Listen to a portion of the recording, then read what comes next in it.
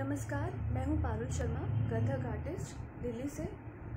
दोस्तों, as a part of Ananya foundation and an artist, आज हम बात करेंगे परफॉर्मिंग आर्ट्स के बारे में। तो सबसे पहले हम ये जानते हैं कि परफॉर्मिंग आर्ट्स क्या होता है। परफॉर्मिंग आर्ट्स मीन्स जब कोई भी व्यक्ति, कोई आर्टिस्ट अपनी बॉडी, अपनी आवाज़ या कुछ ऑब्जेक्ट्स के माध्यम से अपने भावनाओं को सामने बैठी ऑडियंस तक या सामने बैठे लोगों तक एक मीनिंगफुल तरीके से पहुंचा पाते हैं, तो उसको बोलते हैं परफॉर्मिंग आर्ट्स।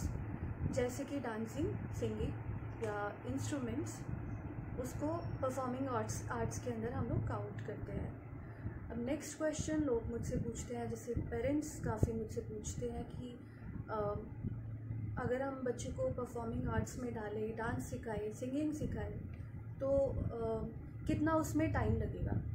सो मैं बताना चाहूँगी कि परफॉर्मिंग आर्ट्स एक लाइफ टाइम लर्निंग प्रोसेस है। It's a continuous learning process. इसका कोई लिमिटेड टाइम नहीं है कि आपने इतना साल सीखा, इतना महीना सीखा और आप सीख कर आप परफॉर्म कर पाओगे, ऐसा नहीं है।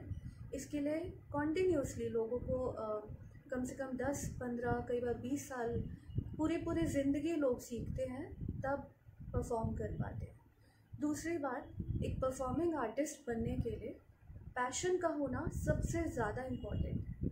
कुछ चीज़ें जैसे कि पैशनेट होना, दूसरा हार्ड वर्किंग होना, और म्यूज़िक की लय ताल की समझ लेना।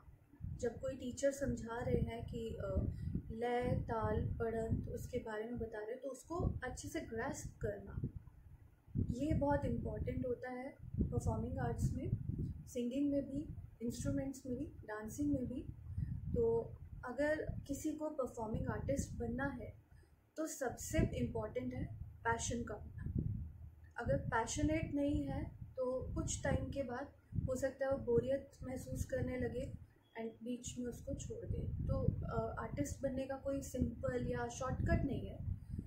इसके लिए हार्ड वर्क होना, पैशनेट होना और समझ का होना बहुत इम्पॉर्टेंट है। And most importantly patience.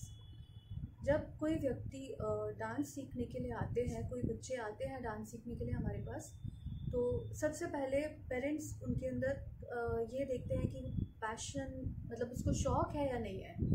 कई बार क्या होता है, पेरेंट्स को शौक़ होता है, बच्चे को शौक़ नहीं होता है, तो वो उसको डांस सीखने या सिंगिंग के लिए भेज देते हैं। बट क्या होता है कि ऐसे केसेस में कई बार बच्चे का इंटरेस्ट उतना नहीं होता, पेरेंट्स का होता है। तो पेरेंट्स तो उसको लगातार भेज रहे हैं, सालों तक भेज रहे हैं, काफ़ी साल तक भी बच्चे करते हैं, लेकिन बच्चे का इंटरेस्ट तो नहीं है ना उसमें, तो बच्चा उसको कैसे कर पाएगा। तो सबसे इम्पॉर्टेंट है कि सीखने वाले का खुद का पैशन होना बहुत इम्पॉर्टेंट है परफॉर्मिंग आर्ट्स के लिए। सेकेंड इम्पॉर्टेंट थिंग कि हार्ड वर्किंग होना बहुत ज़रूरी है। पैशन के साथ साथ हार्ड वर्क होना बहुत ज़रूरी है। लाइक जैसे हम पढ़ाई करते हैं, तो पढ़ाई के लिए हमने कुछ घंटे निकाले, आपके चैप्टर्स आपने याद कर लिए, लर्न कर लिए, एग्ज़ाम दे दिया एंड हो गया, you get promoted to next class.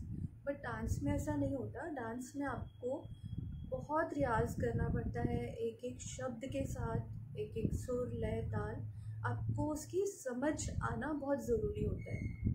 जब तक आप नहीं समझेंगे तब तक आप कर नहीं पाएंगे, और जब तक आप समझ कर नहीं करेंगे तो आप कितना भी मेहनत मजदूरी कर लें, जब तक समझ नहीं आएगी आपको, तो आप आगे परफॉर्म नहीं कर सकते। तो बहुत इम्पॉर्टेंट चीज़ है कि पैशन के साथ हार्ड वर्क होना। एक आपको काफ़ी घंटे, 6-8 घंटे रियाज़ करना पड़ता है, तब जाके कोई एक तोड़ा या टुकड़ा, मैं कथक की बात कर रही हूँ क्योंकि मैं कथक आर्टिस्ट हूँ, तो अगर कोई एक छोटा सा तोड़ा या टुकड़ा हमने सीखा है, तो उसके लिए भी हमको एक एक सुर, उसका एक एक लय समझना ज़रूरी है, एक एक मात्रा उसकी हमें समझ आनी ज़रूरी है, उसका टाइमिंग हमें समझ में आना बहुत ज़रूरी है। और इन सब के साथ साथ फिर उसको करके जब तक वो नहीं आए तब तक उसको करना बहुत इम्पोर्टेंट है। जब तक हम खुद से समझ के नहीं करेंगे तब तक वो नहीं आएगा। ठीक है, तो सबसे important passion, second hard work and third है डेडिकेशन। डेडिकेशन मतलब आपको ऐसा नहीं है कि कुछ महीने आपने सीख लिया और आप परफॉर्मिंग आर्टिस्ट बन गए। नहीं, ऐसा नहीं होता। बहुत सालों की मेहनत लगती है एक 2 से 3 मिनट का स्टेज परफॉर्मेंस देने के लिए। देखने में कई बार सरल भी लगता है, बट उसके पीछे जो आर्टिस्ट की जो मेहनत है वो बहुत सालों का रियाज़ होता है और हर दिन कई कई घंटे का रियाज़ होता है। मैं खुद 3 से 4 घंटे अपने ऑफिस के बाद देती हूँ। ऑफिस 10 घंटे मेरे को लगते हैं। उसके बाद कम से कम 3-4 घंटे मुझे निकालना ही निकालना है पर डे। अगर मैं इतनी मेहनत नहीं करूँगी तो मैं स्टेज पर परफॉर्म करने लायक नहीं रहूँगी। सो ये बहुत इम्पॉर्टेंट चीज़ है। मैं बच्चों के लिए बोल रही हूँ, बच्चों के पेरेंट्स के लिए भी है कि सबसे पहले बच्चे का पैशन देखिए, बच्चे को शौक़ है कि नहीं है। दूसरी बात, फिर उसको हार्ड वर्किंग और डेडिकेशन के साथ निभाना आना चाहिए। तो ये है इसके करियर के बारे में। और सेकंड थिंग, जो पेरेंट्स मुझसे पूछते हैं, काफ़ी बार कई पेरेंट्स ने मुझसे पूछा है मेरे स्टूडेंट्स के कि कब तक ये परफॉर्म करने लग जाएगी, कब तक ये परफॉर्म करने लग जाएगा।